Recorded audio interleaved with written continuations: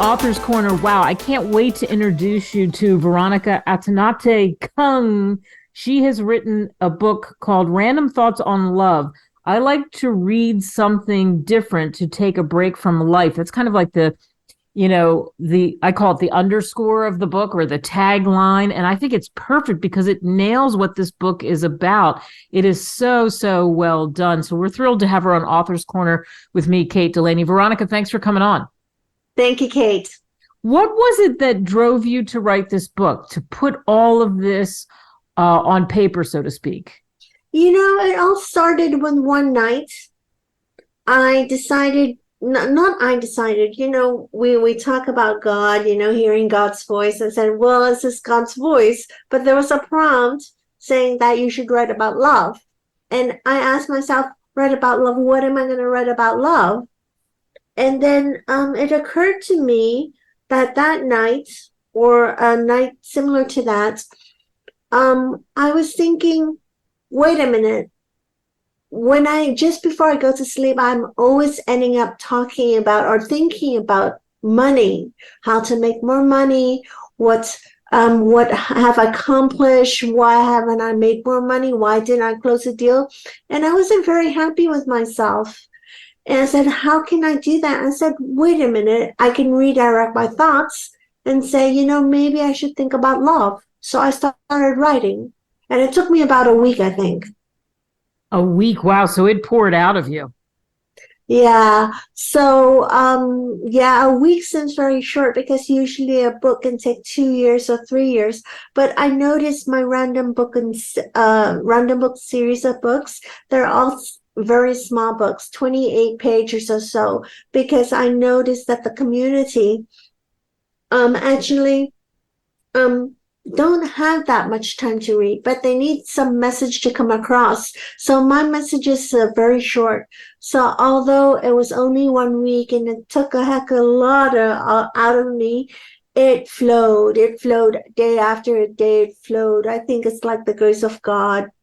So yeah. Well, I like that. I think that's a positive thing. If it's flowing, it's absolutely the right thing. And you're 100% right that less is more because of the time constraints. And that's always the excuse where somebody could get help or could get inspiration from a book like yours. If it's thousands of pages or just a really huge book, that's really tough to entice them to want to go through that. So let's give them a little sneak on Random Thoughts on Love. Tell us something from the book. I think three of the stories really came to me this morning, kind of got stuck in my head. The first one was about the Holy Trinity. I think I'm going to leave you guys, since it's the first story, I'm going to leave the readers to pry into that themselves. But that one about the Holy Trinity really struck me. And then there were two other stories which came from my childhood. It was how do I say it? It was an imposition on my purity and my innocence, because one of them I was touched inappropriately, and then the other one I don't know it escapes my thought right now, how to put it into words, but those two stories would be the one I would pinpoint most, because why, after being touched inappropriately, would you think of love? Why would you put that in that book? So the purpose of the book, Random Thoughts on Love, was kind of to take time to think about love. What love was there? That incident that hurt me so much, how could there be love? So when you take time to think of love, you really, spend more than 5 minutes, I don't know, before you fall asleep, maybe 10, 15 minutes, maybe half an hour at most. You think about the moments where love could have been.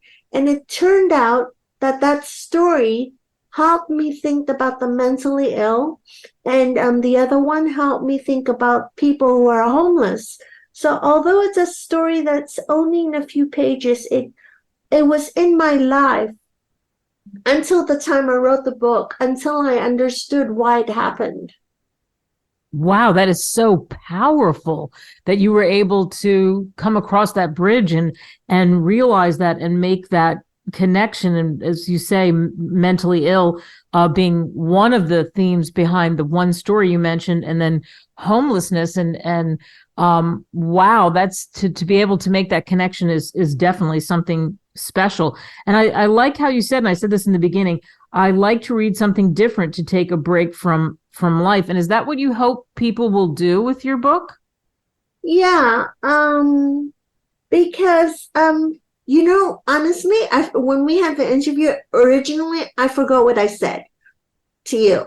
So so I'm trying to answer it.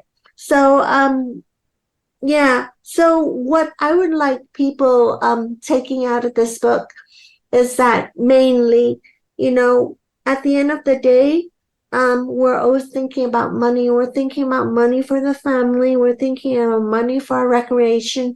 We're thinking about money for our vacation. It's always about money. And then, yeah, this is what I told you. So, take a moment, take that break, because thinking so much about money can really tire you and exhaust you, and you lose the purpose and focus in life. So I'll keep it short there. So my recommendation is that after reading that book, create your own story. Create, and you're not your own story, but think about love in your life and take that break. Oh, I think that's very powerful. And that's exactly what you said to me, because you're right. Whether there's an abundance of money or there's abundance and then there isn't money, or then you're struggling and then that's on your mind, there's something that we're missing in between. And because you do that, how has that changed your life? I had a recent intervention.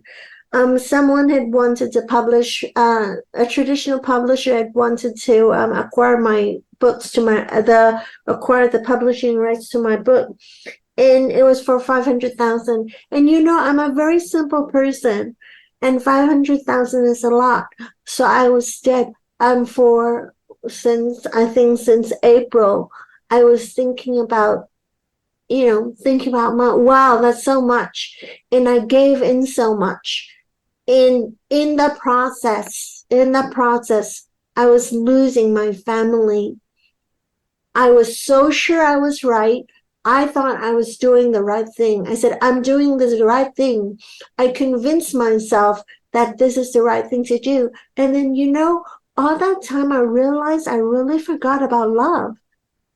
And now that everything is over, I don't have that, although I don't have that deal um coming to fruition. You think This you made the right decision, right?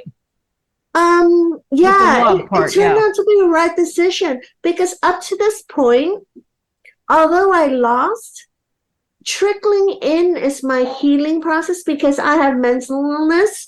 So trickling in is the healing process, and I have the support of the environment. And after writing this book, I feel it kind of completes the story. There was a beginning when I was prompted, write this book.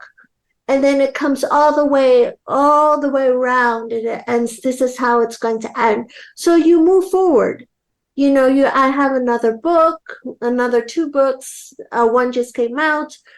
Um, Random Thoughts, first selection of blogs, and another one called In Love. And you just move on. And yeah, so I'll leave the other one for next radio Yeah. show. Yeah, But I like that. It's so interesting. Wow, what a great personality you have, and battling your own demons, and you've seen what yes. you can give to other people. So as somebody who's been there, you really have the point of view of being able to share that. That has to feel good that it's out there in the world, does it? Yeah, you put it in the right words. I couldn't have put it any better.